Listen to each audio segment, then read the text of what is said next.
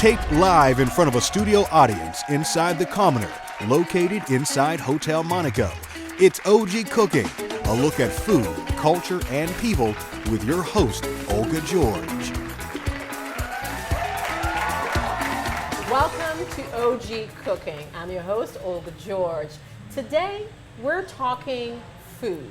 Not just cooking it, but the availability of food to so many of our residents that are in need. Joining me today is Melissa Murray, Greater Pittsburgh Food Bank Communications and Public Relations Specialist. Welcome, Melissa. Thank you so much for having me. Now, Melissa, your job is such an interesting aspect of getting people to understand the need of the Greater Food Bank to help their neighbors. Tell me a little bit about two programs in particular that the Greater Food Bank is doing. Yeah, absolutely. So we always have so much going on at the food bank, but especially around the holidays, because that's when a lot of people start thinking about their neighbors in need, and some people who may not have enough food to put on the table for their families for Thanksgiving or Christmas meals. So we're really excited about everything we have going on right now, but in particular, two events that we have. The KDKA Turkey Fund, which is now in its 37th year, which is crazy to think about, but we're so excited about that. And that's just such a great way for people to give back and get involved. And really how it works is people donate money in order for the food bank to go and buy Giant Eagle gift cards for families to provide a Thanksgiving meal. Okay. So $20 provides a meal for an entire family. And this is starting now through Thanksgiving. We're encouraging people to go out and contribute and donate. And we're just so excited to see how much money we can raise this year. Okay, great. Yeah. Now, what is the whole aspect of, $20? People hearing $20, I know some folks out there, you're spending more than $20 for a Thanksgiving meal. How many people can that really feed, that $20 for a Thanksgiving meal? Yeah, so last year we served about 30,000 people, raising around $550,000. So this year our goal is $600,000. So that means we're hoping to serve more than 30,000 people with these donations for the KD Turkey Fund. Now, when you say meals, they're getting a turkey, potatoes, dessert? We say turkey and the fixins. So that kind of depends on what we're able to source within the food bank, but usually that means, everything you just mentioned. So turkey, stuffing, potatoes, all the good stuff that you have to put on your Thanksgiving table that you would normally think of. That's what we want everyone to have during the holidays. Especially because you guys operate year-round. It's not just the holiday season, but in particularly during the holiday season, people really do need some meals and everything. Yeah, and we were just talking about that actually at the food bank today, about how so many people have such giving hearts around the holidays, and we're so grateful for that. But there are still those same people who may not be able to put food on the table year-round. So we're encouraging people to keep that in mind as well. But yeah, especially during the holiday season, we want everyone to feel special and be able to provide that holiday meal for their family, because that can be, kind of an unfortunate circumstance if you're not able to do that. And we want to make sure that doesn't happen. Now, what is the other program that the Greater Food Bank is taking part in to help local residents here in Pittsburgh? Yeah, so we're also participating in Fall Food Share with Giant Eagle. They're a wonderful partner of ours. And it's super simple. All you have to do is when you go to a participating Giant Eagle store, it's mostly the Market District locations. You can go to the register, they scan a barcode, and you can choose how much money you want to donate, or you can donate food, and we have these huge bins at the end of the registers where you can donate. And we have a whole list of what we're looking for. It's mostly household items that people might not necessarily think of to donate to a food bank. So things like paper towels, toilet paper, cleaning products, things like that, as well as non-perishable food. You thinking about that, you just said it.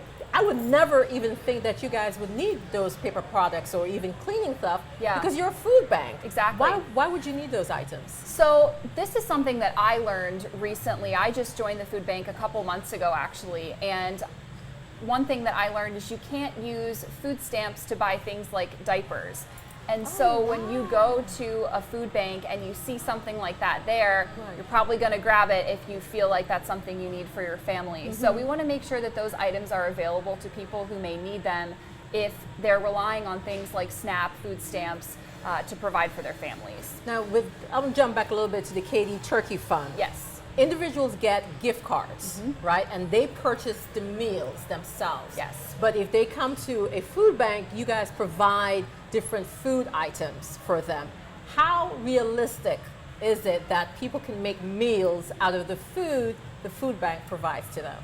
Yeah, so it's very realistic, and we want people to keep that in mind as they're going to their local food pantry. So some people, food bank, food pantries, it's kind of confusing when you throw all those terms around, but we're the food bank and we have lots of partner food pantries. So that's where people go and they, in a lot of situations, essentially shop for their food. Okay. And one thing that we're doing to encourage people to really make meals out of those items that you would get at your food pantry is our recipe cards. And those will show you things that you can make. Usually it's only a couple ingredients because we try to keep it really simple. Okay. Things that you can make out of lentils, out of some of the holiday items that you would think, like butternut squash right now that's in season, because we want people to see those ingredients and really know what to do with them. Right. So going to the food bank or the food pantry, you're not going to be lost in space trying to figure out how to provide for your family. Exactly, and that's something that we're really trying to work on and push forward with our Healthy Pantry initiative that we're working on and our wellness policy, which basically means we're trying to encourage people to choose healthy foods. So that means fresh produce, which is something we're really big on. Last fiscal year, so ending in July of 2019, for the first time ever, we served more than 10 million pounds of fresh produce in a year, which is so exciting because fresh produce is usually something that people who don't necessarily have a large income, it's not something that they're going to reach for first because it can be expensive. So we want to provide that for them so that they're able to enjoy healthy options. So then when you go to your food pantries and you see things like that fresh produce, maybe low sodium canned goods, things like that, you will reach for those items and know what to do with them. Now, one of the things that I found since talking to you and, well, actually Beth Burrell, one of your counterpart, is that there's a large segment of people that live in what she calls food deserts. Yes. How dangerous is that, and how are you guys combating that? Yeah, so for anyone who's not familiar with what a food desert is, it basically means that you don't have a grocery store or a way to buy fresh food within at least a mile of where you live. So things like convenience stores don't count because we know that a lot of those convenience stores aren't offering things like fresh produce. They have maybe, chips and things like that, but they don't necessarily have stuff to make a meal out of. Right. So one way that we're really tackling food deserts is through our Green Grocer program. And it's essentially a mobile farmers market. So it looks like a food truck and it travels to 17 different communities within Allegheny County every single week. And on that truck is fresh produce, frozen meats, dry beans, all kinds of things that you can think of that you would want to buy at a grocery store. We bring it into those communities and we're there every single week for them to shop at. So are those individuals that come to the food truck, are those the same individuals who go to the food pantry or come to the Greater Food Bank? They can be.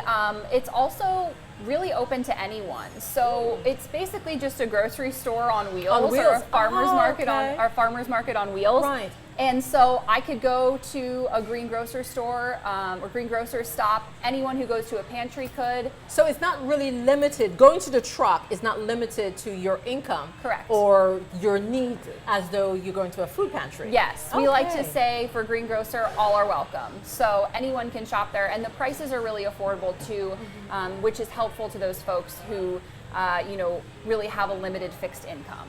Now, Melissa, I was hearing a little bit before that you were a reporter in Kansas. Yes. But this is home. Yes. And you came back. Yes. What kind of impact are you looking to do with your position now with Greater Pittsburgh Yeah, Food so Bank?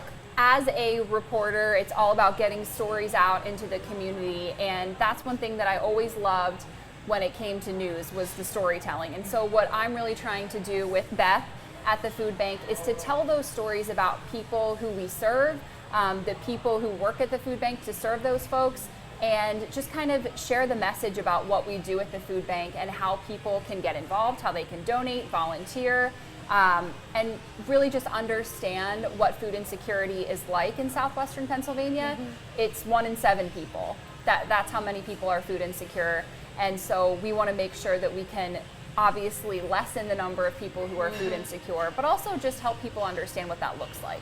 Now, when you say that looks like, one of the images, because we come back that all the time, of what people consider to be even homeless or who they consider to be food insecure. When they think food insecure, they're not realizing perhaps that these are people who do have a job, that, or maybe laid off, but trying to make ends meet. So describe someone so people can understand that it's not a person who doesn't want to work, or maybe homeless, or whatever the case of negative connotation they have of a person coming to the food bank. Yeah, absolutely. We were actually just talking about this during one of our staff meetings yesterday, that one of our board members was sharing an experience of when she went to volunteer at a food pantry, and she said it was nursing assistants coming in after work in their uniforms, even a UPS driver coming in uniform to get food for his family. And so, yes, most of these people do have jobs. It could be something like an unexpected medical bill that they're faced with. It could be now they're the caregiver for their parents unexpectedly. Maybe they did lose their job unexpectedly. It can be any number of things. It could be, they lost their home from a fire. Anything could happen to anyone at any time, and that's what we all try to keep in mind as well, is that could be any of us at any day, and we want to make sure that we're serving those people and treating them with respect as well, because that's so important. Now, the makeup of the people who are in need in Allegheny County, do you find that there are more families or more single people, and is it young versus the elderly population? Because we do have an older population in this region. Yes, so it's a whole range of people, but it's a lot of families and it's a lot of seniors. So that's something that we're trying to work on, is reaching those seniors, because a lot of them don't necessarily want to reach out for help. They feel like there could be, a single mother who needs the help more than them, or something like that. So we're really trying to reach them through efforts in our office and getting them signed up for things like SNAP so that they can receive those benefits. But yeah, it's a lot of seniors, a lot of families, and unfortunately a lot of children. 1 in 5 children in southwestern Pennsylvania are considered food insecure. And that just means that they don't necessarily have a reliable source of food on a regular basis. Now, one of the things that we look at, talking with the Greater Food Bank, is people want to donate, but you don't want just any kind of donation. No broken up cans or outdated food. What should people think about if they want to donate food besides money? Yeah, so we always do tell people money's the best way to donate, because your money can go so much further than a can of food, for example, because we can buy so much more at a lower price than you or I would be able to do going into a grocery store. So money is always the best option, but if you do want to donate food, of course, traditional non-perishable foods are great. Just make sure that the food is in good condition. Yes, that's very important. So that's something that we always encourage people to do, as well as those household items that we were just talking about. So things that you may not necessarily think of off the top of your head, like diapers, paper towels, laundry detergent is a huge one. You can't buy laundry detergent with SNAP. So that's something that people want, but may not necessarily even have the money to buy. All right. Thank you, Melissa, for joining us. This is Melissa Murray from the Greater Pittsburgh Food Bank, talking about the Katie Turkey Fund, all the different programs that they are involved with, helping the people of Allegheny County. Why don't you do your part? Take a visit, donate today. Thank you.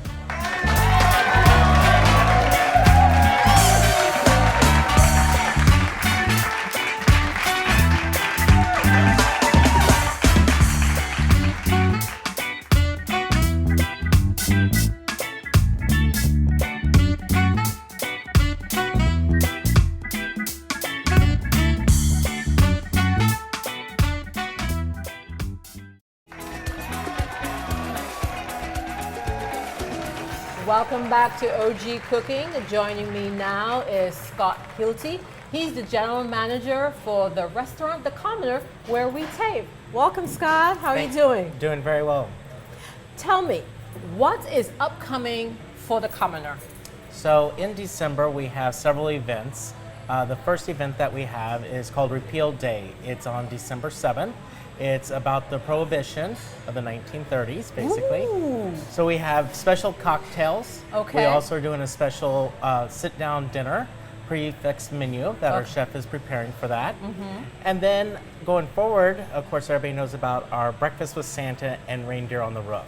And that's actually going to take place on December 14th and 15th, Okay. which is Saturday and Sunday. We do a kids buffet brunch down here in the Commoner. And then up on the rooftop, we actually have reindeer that the kids can actually go up and see, paint ornaments, and cookie decorate. When you say go up, you mean up in Hotel Monaco, because the restaurant is located inside Hotel Monaco on the lower floor. That is correct. So we go up onto the rooftop. So we actually have the reindeer up on the rooftop, and we actually do the cake or cookie decorating and the ornament decorating up there also. Now, I know you guys are with the, when you said prohibition, I'm thinking rum, some stiff alcohol with grains, and of course that meal. So you're still in the planning, so you can give me a sneak peek? That is correct. We are still in the planning of our meal for that event at this time. Alex, our lead bartender, of course, will come up with some amazing cocktails. Yes. He did this last year, and we actually had about 70 covers for that event down here, and we actually went tableside and did all the cocktails tableside at the table with that. Okay. So we're looking at doing the exact same thing again this year, where Dando and other bartenders will actually go to the table and prepare all the cocktails for the event and for the meal that we are pairing each cocktail with the entrees. With entrees. So since you're in the kind of planning stages, what may some people expect? Give me a little sneak peek. Well, the chef hasn't really given me all the details yet. Okay. So that I can't give. Dando, of course, will do something with whiskey, of course. Of course. And normally we do something with our Wiggle distributor here. That's a local distributor in town. Okay. So he always does something with Wiggle. He may do a champagne cocktail he did last year. Yeah. He then did a martini last year, a version of a classic martini, but of course puts his little spin on it, Okay. which is always fun to do. Now, why are you guys doing this? What concept that brought this to mind to say, hey, let's do this? I think we've done it for the last 3 or 4 years, but just because of how our restaurant is here and how it feels being like in the basement and things like that, it has a great feeling to go along with that time era and that type of event. So that's why we decided to continue to do it. We also have a live band that will be performing here. It does start at 10 p.m. the live band does and go till 1, but then we'll also have the meal before the band. So we want everybody to dress up and act the part, and we try and get everybody involved in that. Ooh, so you want us to dress with funadors and very 1940s, Yes. 50s kind of a way? Very much so. Okay. Now, tell me why people should come to the Commoner. What makes the Commoner special? I think the Commoner is very special because, first of all, our location. We're downtown Pittsburgh. Second of all, we have an amazing cocktail menu, and we change out our drinks quarterly. Our lead bartender does a fabulous job on creating those special cocktails, keeping up with the trends, and so forth. I mean, we are coming into the holiday season, so of course we have the turducken drink, which is off the food of a turkey, duck, chicken, but it comes with a little rubber chicken on the side of it, you know? Yeah. So we do a lot of things like that, and I think that's why people come here. Our food is also amazing. I think people have been here and keep coming here because of that. Now, one of the things I have to say, talking about their food, they make this burger, hallelujah, I do, and I don't like burgers all that much, but this burger is fantastic, and it's amazing the way you guys go about doing things. Yeah. So, how long have you guys been here, the Commoner? The Commoner's been here going on our 5th year. The Hotel Monaco opened up about 5 years ago, and we've been here since they opened. So we have the tradition of trying to do really cool events, especially here or up in the beer garden, and so we're trying to carry on that tradition. Now, I noticed that your bar and your kitchen area is kind of open for people to see. That's kind of weird and frightening to have your customers actually seeing the chefs kind of preparing their meals. I actually kind of like it because then the customers actually see what's going on in the kitchen and they see how their food products are actually being prepared and actually coming out. And then if you set the chef's counters, the cooks that are in front of those can also communicate with you and talk to you. Oh, okay. And that also brings in a different type of atmosphere to the restaurant. So do you guys encourage people to be able to sit up and converse with the chef? We actually do, yes. Okay. Now, as time is coming along, as you said, you're getting ready for the very busy December season. What are the unique things besides those other programs that people may expect from you guys? I think changing out our menu because, I mean, we're going into the fall right now, so we're getting ready for new menu changes. Which we always try and do fall, winter, you know, comfort foods. You know, we're adding back on like the chicken pot pies and things like that. That's what the Commoner is known for. So that's what we're trying to really perceive. You know, as we go into the new year, we actually have our hangover brunch, which is New Year's Eve going into New Year's Day. Right. So, you know, it's things like that that we can always expect and have fun with. And I think that's what we're looking to do again this year. Now, is the Commoner one of the restaurants in Pittsburgh that take part in kind of sourcing locally so there's not that stress on our food environment? We are trying to do more of that, and I think we have done a lot of that in the past, and we are looking to do more of it. You know, we love the farm-to-table atmosphere or the local producers around the city, so we want to take that aspect and actually do that. Now, as the general manager, Scott, what is the scariest thing that you have run into handling the Commoner? You know, I think there's not anything that's really ever scary about running a restaurant. Once you've done it, you understand what happens. There's always going to be its challenges. I think for me, being relatively new to Pittsburgh, having the stadium so close to the Commoner and having the Penguins and the Steelers so popular in Pittsburgh, having those big rushes before the games or after the games have been the biggest challenges for me. I'm used to very steady throughout the night, consistently. You know what I mean? You start out and you just keep on going. Where here you get those big pushes because of the games and the sporting events. And that's probably been the biggest challenge for me. Now, you said you came to Pittsburgh, so Correct. where were you originally from? Originally, I lived in Chicago for the last few years. Okay. So, great food scene there, great city.